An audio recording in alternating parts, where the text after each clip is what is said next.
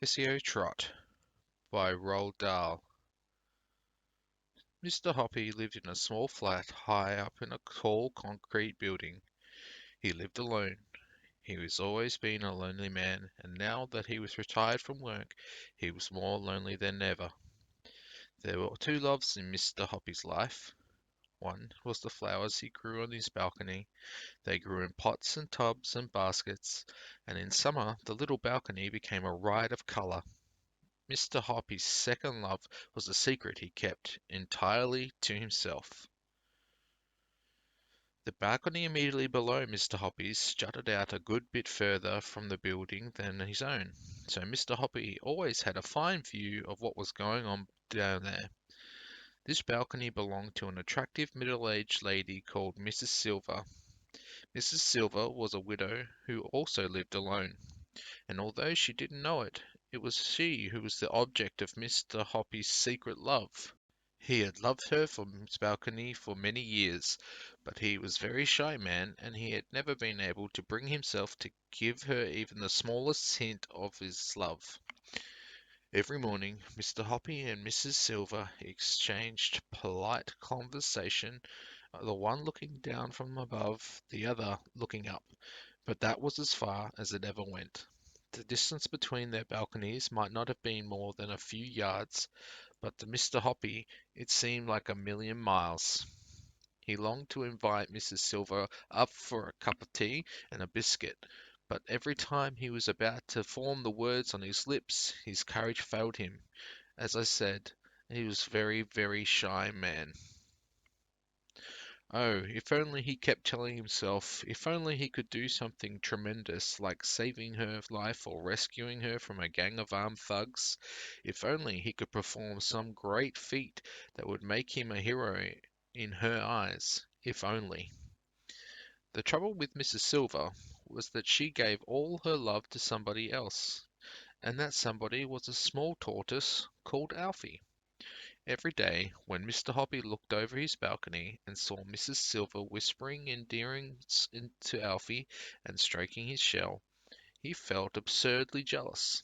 He wouldn't even mind it becoming a tortoise himself if it meant Mrs. Silver stroking his shell each morning and whispering endearments to him. Alfie had been with Mrs. Silver for years, and he lived on her balcony summer and winter. Planks had been placed around the sides of the balcony so that Alfie could walk about without toppling over the edge. And in one corner there was a little house in which Alfie would crawl every night to keep warm. When the colder weather came along in November, Mrs. Silver would fill Alfie's house with dry hay, and Tortoise would crawl in there and bury himself deep under the hay and go to sleep for months on end, without food or water. This is called hibernating. In early spring, when Alfred felt the warmer weather through his shell, he would wake up and crawl very slowly out of his house onto the balcony, and Mrs. Silver would clap her hands with joy and cry out, "Welcome back, my darling one! Oh, how I have missed you!" It was at times like these that Mr. Hoppy wished more than ever he could change places with Alfie and become a tortoise.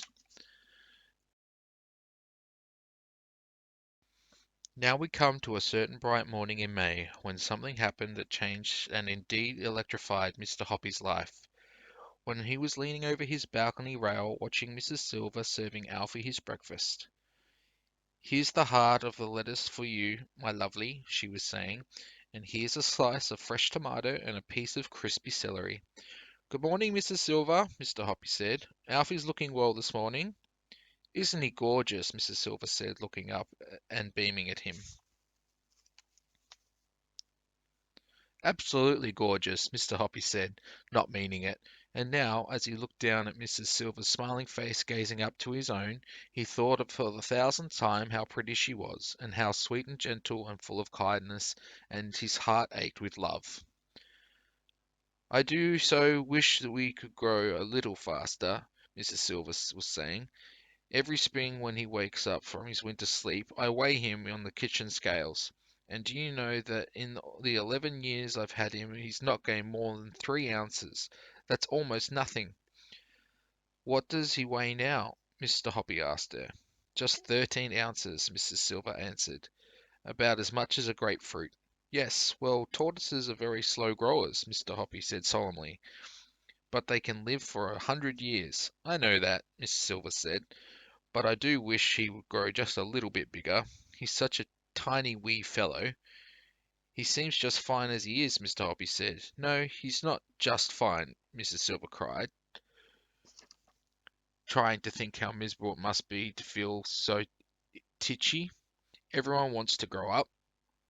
You really would love him to grow bigger, wouldn't you? Mr. Hoppy said, and even as he said it, in his mind suddenly went click, and he had an amazing idea rushing into his head.